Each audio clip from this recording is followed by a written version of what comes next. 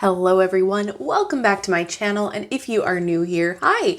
My name is Natasha and it's fantastic to have you here. For today's video, we're taking a look at a deck that's a little bit different, a whole lot mysterious, and pretty dark. We are taking a look at the Goetia, hopefully I'm saying that correctly, Tarot in Darkness. This is a deck by Fabio Listrani. If that name sounds familiar, that is the author that brought you the Santa Muerte, Book of the Dead Tarot, which I highly suggest you check out. I'll link in the eye where you can find that video, as well as some other Fabio Listrani decks too.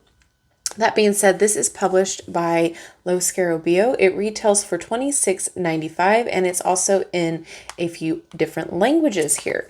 I will link in the description below where you can purchase should you want to. The only affiliate link I am affiliated with is Amazon, and should you purchase from me, full disclosure, I do get a little commission off of that. So other than that, let's get into it. This is highly fun packaging. Fun as in the creative sense is very different and is eye-catching. It opens from the top, and I have played around with this just to kind of figure out more of my feelings and how I would work with this deck. And the way that it was set up, I reorganized the cards so you can kind of get a better feel for the deck. They were organized by a different number system. So before we get into that, let's just take a look at the guidebook. There's a lot of information here.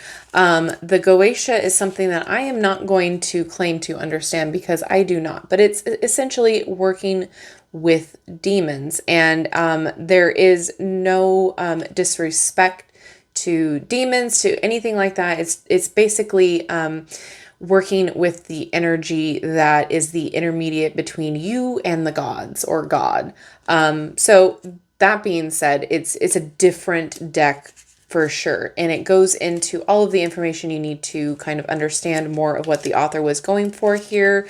A lot of it. And again, this is like something that I don't really know anything about, so I'm not going to try to explain it because I could not. But this, there's a different structure to the deck, like I was talking about. There's symbols along the side.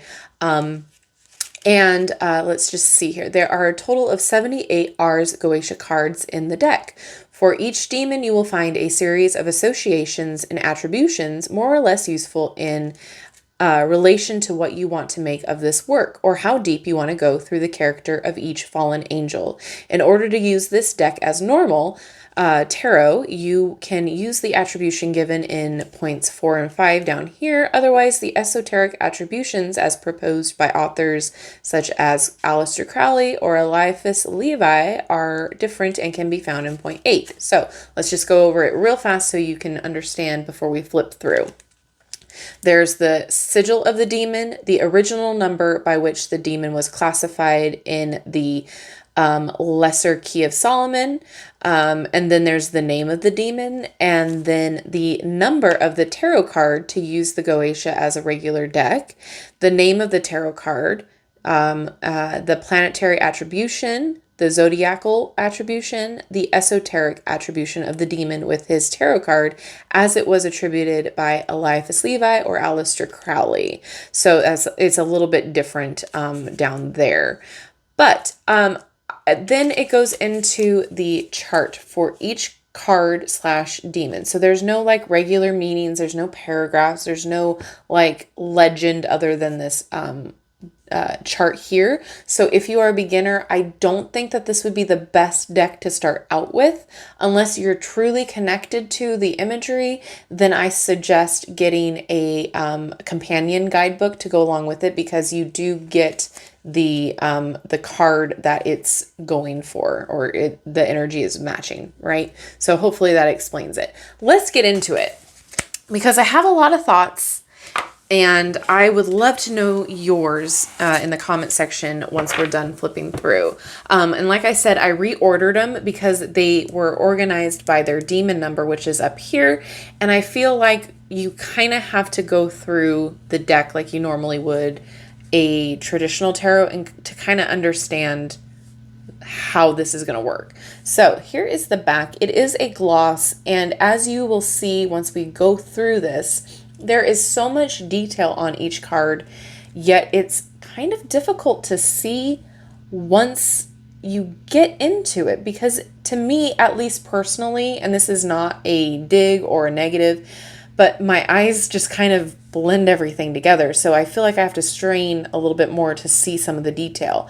And side note, there is some nudity in here. It's not crass, but there is some nudity. So if that's not your type of a thing, I would suggest clicking out of the video or skipping past it. So on the side here, you'll see the sigil, the demon number, the demon name, and then the number of the tarot and the tarot card, the planet, the zodiac, and then the esoteric number. So all of that to say, it's a different deck. I find it very stunning, and it is super dark as far as like we're dealing with demons and that sort of a thing. However, it is very down to earth in that sense. Like it's not truly terrifying, but it's also not soothing. So in my perspective, I definitely do think that this would make a great shadow work deck. Some people like to use darker themes for that. I tend to, because I feel like it shocks my system a little bit more. And sometimes when you're working through shadow work, you might want to do a more gentle deck. So it's up to you. Some people like the dark and the mysterious and I love that there's a Lilith, which is interesting that she's a lover card, the lover's card. Yeah, I find this a very interesting deck. I get sidetracked when I see different things. But as you can tell, there's so much going on in each card here.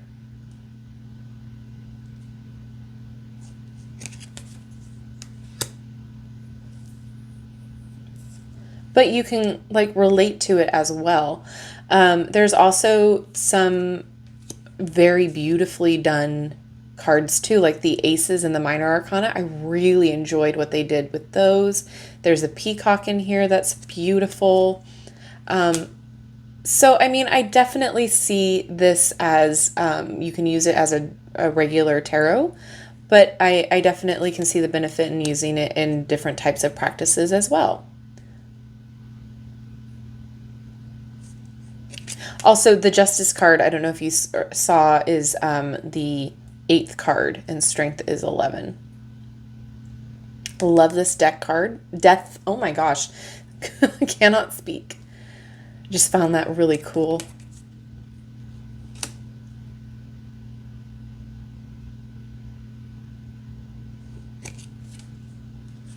And I love that Lucifer is the devil card, because, I mean, yes, has to be. And it's beautifully rendered. This Tower card is super different, and I love it.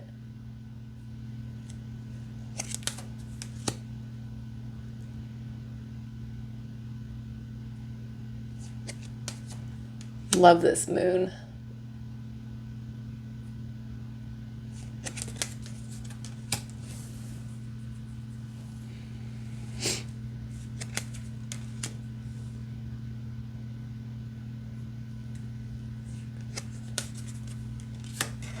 I don't know if any of you or most of you know the movie Legend with Tom Cruise and Tim Curry, but Tim Curry is like this long antlered, horned, not antlered, but horned, like I'm gonna say demon creature, and the movie is fantastic, and I highly recommend it. This deck is giving me that vibe.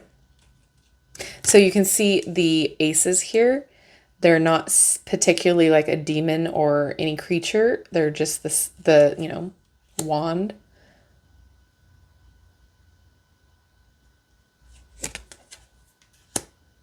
Sometimes you need a little bit of a dark and mysterious deck.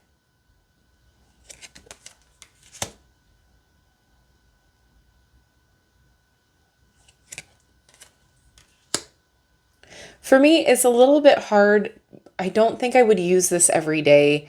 I'm not deeply connected to it, although working with it was pretty fun. I'm not gonna lie. But I feel like this is a bit too hard on my eyes just personally.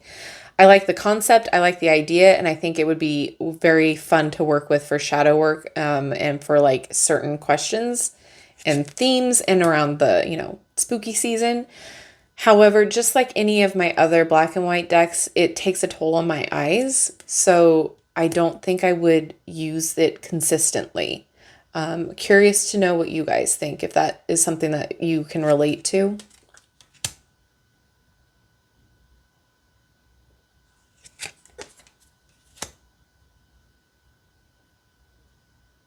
And some people don't like the idea that, that there are demons, quote unquote, on the cards. But like, to that point, I say your practice is your practice. And, I'm not going to tell you what's right or wrong. I'm just showing you the product. And just like some people don't like nudity in their tarot cards, I don't mind that at all, but some people find it lewd or offensive, that sort of a thing. I don't. It's just the human body. I love this so much. The cauldron for the Ace of Cups.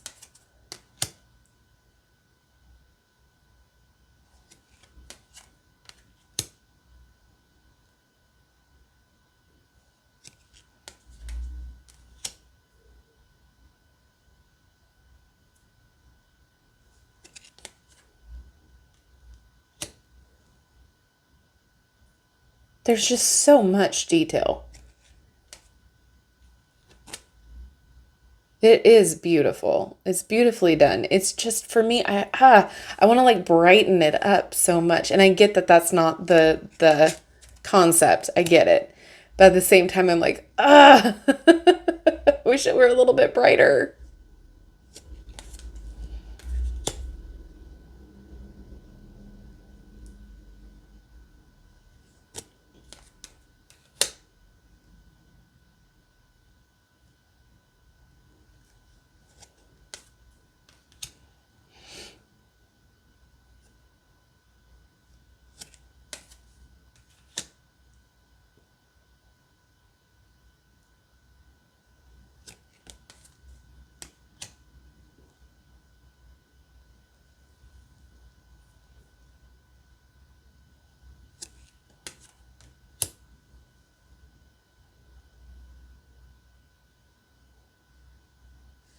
It's just dark and fun and different.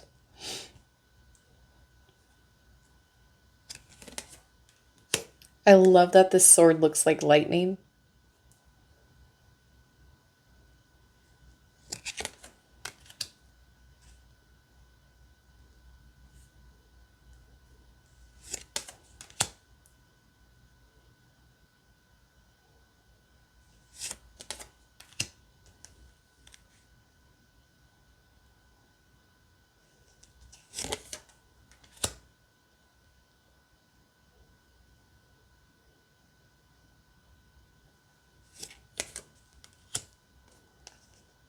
This is more of that legend vibe.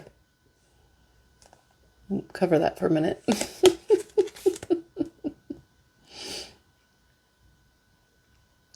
My other thought was this reminds me of like high fantasy art, like for book covers, as well as heavy metal band album covers. And I'm here for it. And I think that's why I like it so much, is because it definitely has a bit of that fantasy vibe, like I mentioned, the Legend movie. But it also is like badass, like it's just metal in every way. Like, like reminds me of the devil from Tenacious D's tribute video. Like, it just, I can't really be too terrified about this deck. And I guess that's why I'm relating it to the things that aren't super terrifying. Although it is intimidating, it's not scary. I was going into this thinking that this was going to be a scary deck. but surprisingly, it feels very down to earth. And I think I don't want to speak for the author, but I feel like that's kind of what he was going for, to be able to feel comfortable with connecting with these energies. He wrote something in the guidebook too about like how about giving it a negative power, it will have a negative effect. But if you look at it from like a humanitarian point of view, where, you know, you bring them back down to earth, so to speak, they're just a different energy, and they're easily more able to relate to than a deity or a god. So I found that very interesting, and I feel like it comes across in the art here as well. Now, some of them can be a little scary and off-putting at times, but at the same time, like, you can say that, here's the peacock, about a lot of the goddess and god decks that I've seen too. So again, it's about your perspective, and it's about your preference.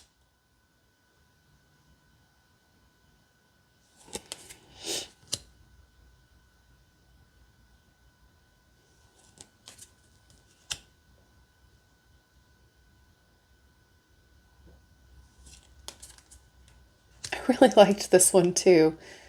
They definitely turned the classical siren slash mermaid on its head on this one.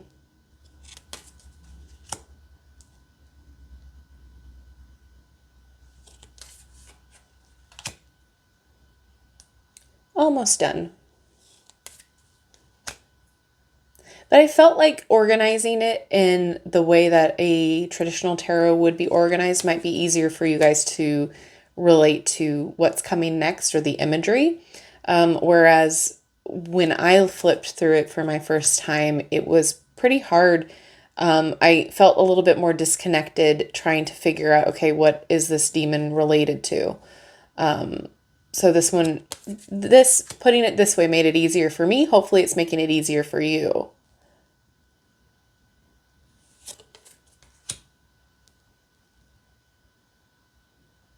All right, so show you how it shuffles, and I don't think we went over the cardstock. So it's not bad at all. It's not thin, it's not thick. It's like right in that sweet spot with that coating, the glossy coating. So it does shuffle quite nicely too. It snaps back really well, and I'm losing, I'm losing him.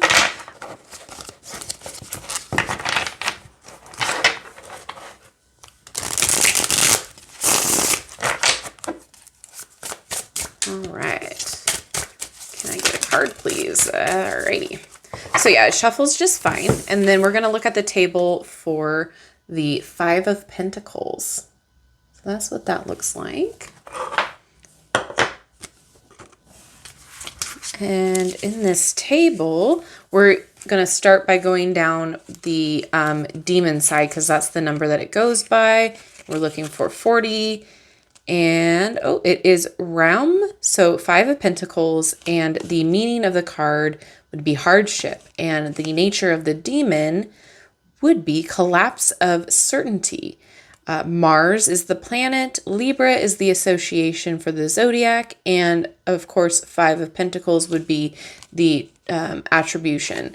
So my thought process of this is, that we've kind of talked about throughout the video, is that if you are a beginner and this is a deck that calls to you, absolutely go for it. Just have a companion book or website or something that you trust to go along with it to kind of help you through. But absolutely a fantastic deck if you're into demonology, if you're into this Goetia. Because again, I'm not going to pretend to know exactly what this is. I'm just giving you what I see and what the deck looks like. But me working with it personally for a little bit, I enjoyed it. I think it was different. I think sometimes having a little bit more of a mysterious dark deck is fun to have in the collection because it gives you a different perspective. Maybe it brings things to the forefront that you weren't normally thinking about. And that's what all tarot decks do, really. They're a tool to help you bring things to your attention or to focus on. So absolutely a fantastic deck for shadow work, for spooky season. Do I connect with it? Kind of. I mean, I feel like it's fantastic for me for certain things. Will I use it every day? No. It does really make me have to squint and look deeper, which is fine, but it's an eye strain for me personally. But as far as is it worth the price? I think so. I think there's a lot of valuable information if you're into this in the guidebook, and the artwork is stunning and beautiful, even though I wish it were a little bit more bright. But again, preferences, right? So I would love to know what you think about this deck. Is it in your wish list? Are you excited about it? Or is this just a hard pass for you? I'm always curious to know what you guys think down in the comment section. So that's really fun. Also, I did open up channel memberships. So check that out with the join button. You can click it and you can look through all of the perks. There's a lot of fun things that you'll get out of being a membership, as well as everything goes back into supporting this channel. Same with my Patreon, and all my other socials are in my link tree below should you want to check that out. And as always, thank you so much for hanging out with me today and for your continued support. I appreciate each and every one of you, and I hope you guys have a wonderful rest of your day. And don't forget to like, subscribe, and hit that notification bell on your way out of this video. That way you will never miss an upload from me. And I will see you in my next video. Bye-bye.